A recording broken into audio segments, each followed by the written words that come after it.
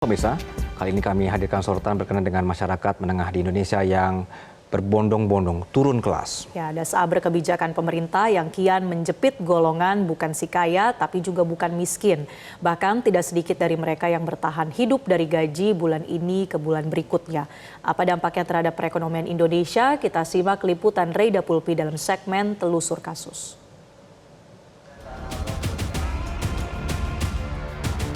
Tabungan pensiun dan lain-lain itu bisa sekitar 2 sampai 2,5 juta sih per bulan.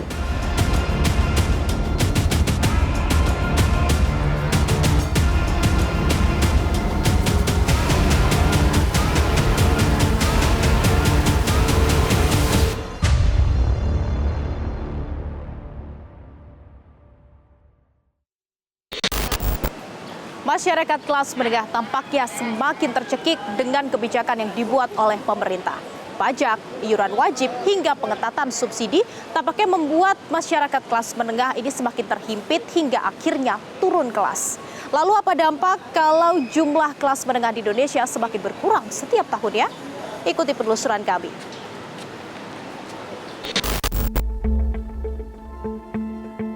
Sudah jatuh tertimpa tangga pula. Istilah ini cocok untuk menggambarkan masyarakat kelas menengah di Indonesia.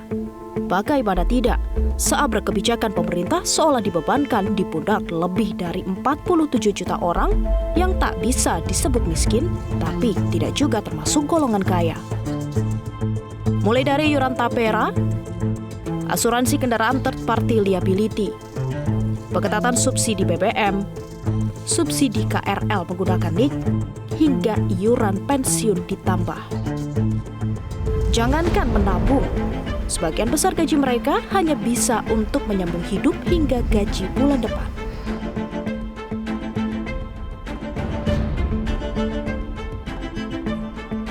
Kalau biaya hidup kita ada di 7 juta lah, karena kos aja sendiri ada 2 juta. Sama sisanya sih cicilan sih banyak sebenarnya, kayak cicilan daily basis ya. Karena kadang untuk kita lihat kan banyak mungkin ya cara untuk mengatasi biaya yang lebih mahal kan pakai promo-promo tuh. Nah, mau nggak mau pakai credit card, pakai paylater apalah gitu. Nah itu yang jadi banyak sih sebenarnya. Jadi untuk kos sendiri, untuk biaya hidup ya, untuk tempat tinggal sih sebenarnya di Jakarta itu ada di 2 juta sampai 2,5 lah. Itu belum termasuk listrik, belum termasuk laundry seperti itu ya. Jadi kasarannya 2,5 lah. Terus untuk makan lah kita lihat kayak mungkin paling satu hari itu 100.000 tuh. Berarti kalau 1 bulan 30 berarti sekitar 3 juta ya. Itu tambah paling rekreasi 2 juta ya sekitar 7 juta lah. Jadi ya saving sih paling 500.000 1 juta sih. Itu pun juga nggak tentu sebenarnya Mbak. Untuk per bulan aja untuk potongan pajak, untuk BPJS, untuk tabungan pensiun dan lain-lain itu bisa sekitar 2 sampai 2,5 juta sih per bulan.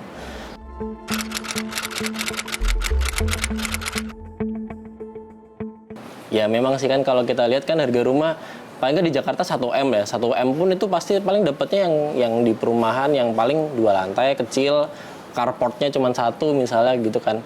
Itu pun juga cicilan bisa sekitar 8 sampai 10 juta per bulan dan itu kan hampir menghabiskan seluruh gaji ya daily yang kita dapat gitu. Even nanti bersama pasangan misalnya, itu pun juga pasti berat sih.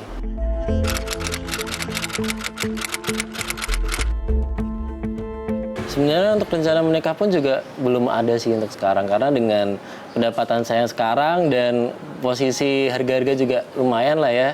Jadi agak susah sih untuk berpikiran, ini kayak mau planning menikah nih dalam mungkin 5-10 tahun ke depan. Bahkan kalau menikah kan kita nggak cuma mikir nikah selesai ya.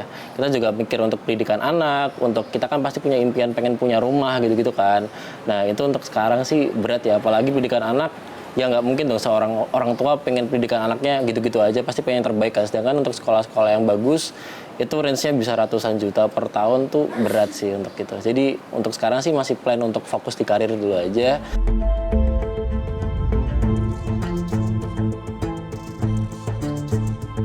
Untuk operasional saya sehari-hari untuk berangkat kerja dan juga untuk kebutuhan di rumah dan untuk keperluan anak-anak sekolah juga. Oh, sudah punya anak? Iya. Berapa? 3. Usia berapa? Usianya yang pertama itu SMA kelas 1, terus SMP kelas 3, dan SD. Kalau untuk jajan ya, untuk anak-anak itu sehari itu bisa 15.000 atau 20, ya kali 3. Kali 3. Kalau untuk menabung memang agak sulit ya, gitu. Paling nggak kan, karena untuk kebutuhan pokok aja kan kita sekarang udah tinggi ya. Nah itu belum nanti untuk keperluan anak, untuk biasanya ada ekstrakurikuler di hari libur. Nah itu kan butuh biaya juga.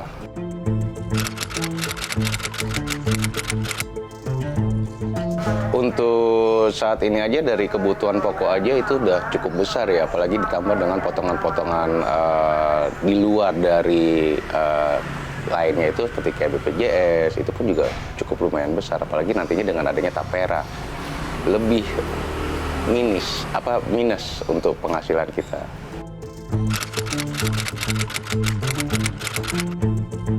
Tidak mencukupi. Kenapa? Ya karena dari sisi tabungan aja kan kita, misalnya dalam sebulan kita nyisikan sekitar 200 atau 150 gitu kan. Dikalikan berapa lama itu tidak bisa untuk mencukupi. Karena untuk kebutuhan anak aja kan masih banyak, masih perlu biaya. Kisah ini menggambarkan bagaimana masyarakat kelas menengah harus berjuang di tengah melonjaknya harga kebutuhan, menumpuknya pajak dan iuran, hingga hanya bisa pasrah menjalani kehidupan yang serba pas-pasan. Kepala Bappenas Suharso Monoarfa mengakui presentase kelas menengah di Indonesia menurun, namun tak drastis. Sebab masyarakat banyak yang beralih profesi menjadi pekerja mandiri dan belum terdata.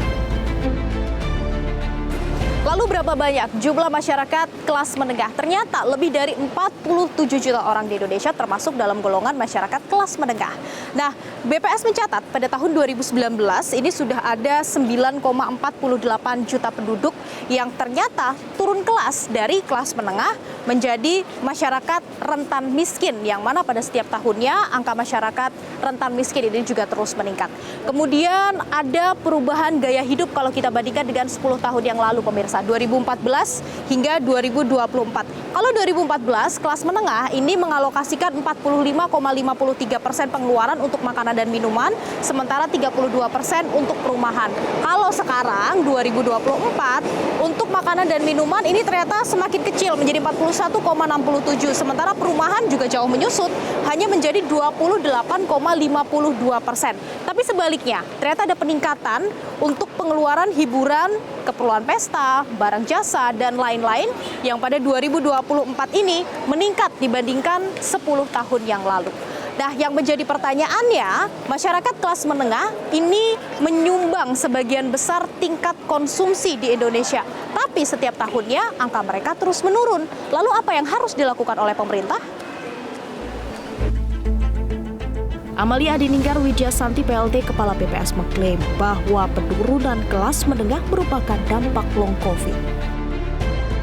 Kalau misalnya dalam penyakit COVID kan sebutnya long COVID ya. Ini kalau dalam perekonomian long COVID-nya salah satunya ya ini begitu. Jadi tentunya efek ini semoga tidak berjalan lama, dan kalau nanti kebijakan akan terus dilakukan oleh pemerintah, ini akan bisa pulih tentunya seperti sebelum pandemi COVID-19. Dan warning ini sebenarnya sudah tahun 2018 pernah dikemukakan, bahkan sebelum pandemi, bahwa jumlah aspiring middle class-nya ada 115 juta orang. Dan ternyata sekarang ini jumlahnya semakin bertambah. Artinya kelas menengah menyusut bukan jadi orang kaya baru, tapi rentan miskin. Dampaknya adalah negara yang punya kekuatan konsumsi rumah tangga, padahal dia berada di dalam rentang usia yang produktif, itu akan kehilangan momentum untuk menggerakkan ekonominya. Apalagi kelas menengah itu kontribusinya 1/3 dari total konsumsi nasional untuk konteks Indonesia. Nah, ini pernah terjadi di Chile, makanya Chile susah sekali untuk jadi negara maju. Miskin tidak, kaya pun tidak. Inilah yang cocok menggambarkan masyarakat kelas menengah. Untuk mendapatkan bantuan pemerintah, mereka tak sesuai kriteria. Namun, menikmati gaya hidup jet set bak orang kaya pun tak mampu. Tak sedikit yang hidup hanya bergantung dari gaji ke gaji. Itu lebih kepada kebutuhan kita sehari-hari sih. Kita habis buat lifestyle, buat kehidupan di rumah juga, kebutuhan di rumah, seperti itu aja sih. buat biaya hidup sehari-hari, kadang ngasih orang tua juga, terus belanja gitu. Buat keperluan anak, buat iuran, BPJS, sama ya kayak tapera gitu.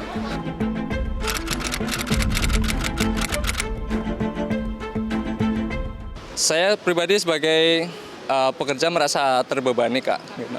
Karena dengan adanya kenaikan itu membuat saya merasa untuk pengeluaran seharinya itu meningkat, sedangkan untuk pendapatan saya setiap bulan itu sama aja, nggak ada kenaikan. Masih sangat membebankan.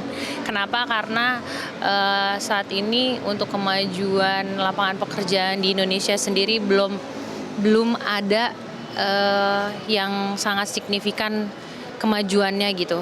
Jadi masih banyak dari masyarakat, teman-teman saya pun, teman-teman kita pun masih banyak yang susah untuk mencari lapangan pekerjaan. Masyarakat kelas menengah seolah terus dianaktirikan oleh pemerintah dengan gebrakan-gebrakan baru. Padahal perekonomian Indonesia bergantung pada tingkat konsumsi mereka. Kalau menurut Anda pemirsa, apa yang harus dilakukan oleh pemerintah agar masyarakat kelas menengah tak terus turun kelas? Dari Jakarta, Tim Liputan, Metro TV. Jelajahi cara baru mendapatkan informasi. Download Metro TV Extend sekarang.